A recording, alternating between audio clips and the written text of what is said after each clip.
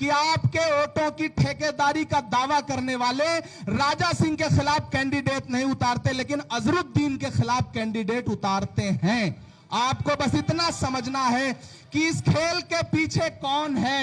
ये बहुत बुलंद फजा में तेरी पतंग सही, मगर पता है मुझे डोर किसके हाथ में है।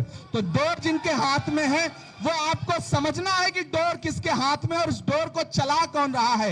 ये जो कार है इसकी स्टीयरिंग अपने हाथ में होने का दावा करने वाले लोग उस कार को ले जाकर के किसकी चौखट पर रोकते हैं, ये हम सारे लोग जानते हैं। इस बार एकजुट होइए, तेलंगाना बदलने जा रहा है। रेवंत अन्ना की मीटिंगों में जो सैलाब उमड़ के आ रहा है, राहुल गांधी को सुनने के लिए जो सैलाब उमड़ के आ रहा है, वो बता रहा है कि कांग्रेस की सुनामी को न तो केसीआर रोक पाएंगे, न एमआईएम रोक पाएगी, न भाजपा रोक पाएगी। ये हमारा आपसे दावा है।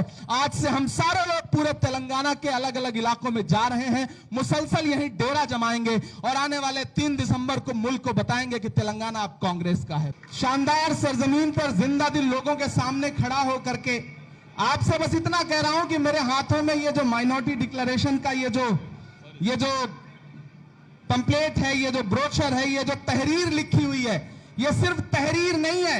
हम तकरीबन 1 घंटे जाम में फंस करके यहां पहुंचे हैं, तब समझ में आया कि पुराना हैदराबाद किस तरह से सांस लेता होगा। तकरीबन 1 घंटा जाम में फंस के आया हूं। सड़कों की हालत ऐसी है कि सफर करिए तो पता ही नहीं चलता कि सफर कर रहे हैं या आखिरी सफर कर रहे हैं, इतनी खराब हालत है। ऐसे में हम आपसे सिर्फ ये कहने आए हैं कि जो ये विधानसभा का चुनाव है, जिसमें रेवंत साहब सुबह से शाम तक मेहनत कर रहे हैं, राहुल जी यहां मेहनत कर रहे हैं, प्रियंका जी आ रही हैं, खड़गे साहब आ रहे हैं, ये सिर्फ विधानसभा का चुनाव नहीं है। हैदराबाद वालों, तेलंगाना वालों, ये इलेक्शन सिर्फ इलेक्शन यहां की असेंबली का नहीं है। अगर आप चाहते हैं कि 2024 में हिंदुस्तान की गद्दी से वो जालिम हुक्मरान हटें, तो सबसे पहले आपको तेलंगाना में यह करके दिखाना पड़ेगा, तब दिल्ली तक इसका संदेशा जाएगा। यहां बैठे हुए जो यहां के जो हुक्मरान हैं, यहां और दिल्ली वालों में एक अच्छी खासी नूरा कुश्ती चल रही है। दोनों झूठ बोलने के मामले में बहुत आगे हैं। ये जो पहले टीआरएस अब बीआरएस, मैं इसको सिर्फ बीआरएस नहीं कहता, इसको बीआरएसएस कहता हूं। मतलब आरएसएस से भी एक कदम जो पार्टी है वो बीआरएस है। मैं आपसे ये कहने आया हूं कि दोस्तों, मैं ये नहीं गिनाऊंगा कि इसमें क्या लिखा है।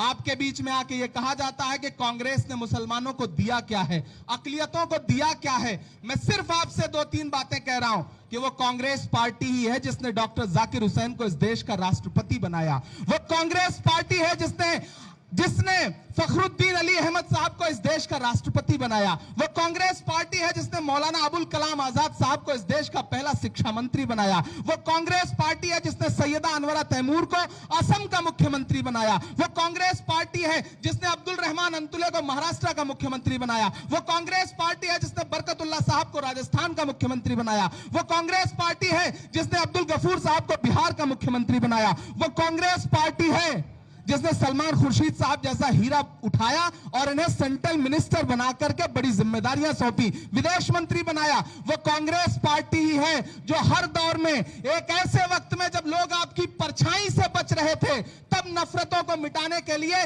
4000 किलोमीटर पैदल चला। कौन? राहुल गांधी। अपने पैर के छालों की परवाह किए बगैर आपके लिए चलता रहा। वो कन्याकुमारी से कश्मीर तक, तेलंगाना में भी उन्होंने अच्छा खासा वक्त गुजारा। मैं आपसे यह कहने आया हूं कि यह इलेक्शन बहुत अहम इलेक्शन है। हैदराबाद वालों, आपके यहां से जो आवाज उठती है उसका संदेशा दूर तक जाता है। मैं लगातार यहां के नेताओं के भाषण सुनता रहा हूं, लगातार रेवंत भाई को टारगेट करने की कोशिश की जा रही है, लगातार कांग्रेस को टारगेट करने की कोशिश की जा रही है। कुछ लोग तकरीरों में कहते थे कि कांग्रेस अब म्यूजियम में रहेगी। मैं तो उनसे कहना चाहता हूं कि जो ये सपना देखते थे कि कांग्रेस मुक्त भारत और कांग्रेस म्यूजियम में रहेगी, उन्हें मैं बता दे रहा हूं कि आने वाले दिनों में तेलंगाना में कांग्रेस हुकूमत बनाने जा रही है। बाकी जो स्टेट्स में भी इलेक्शन है वहां कांग्रेस पार्टी हुकूमत बनाने जा रही है। बस आपका सपोर्ट चाहिए, अकलियतों का सपोर्ट चाहिए। माइनॉरिटीज में जितनी भी कम्युनिटीज है, मेजॉरिटी हमारे साथ है, माइनॉरिटीज के भी साथियों से गुजारिश है कि सपोर्ट करिए। हमने सहराओं में हासिल किए आसानी से, वो समंदर में भी रहकर न मिले पानी से।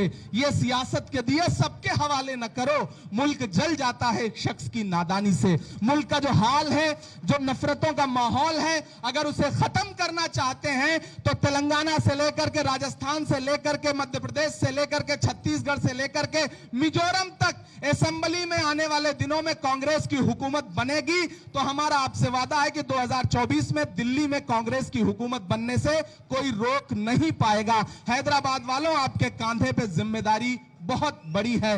बहुत शुक्रिया आप सारे लोगों का। अजरुद्दीन साहब यहां बैठे हुए हैं, मैं बस आखिर में एक बात कह रहा हूं।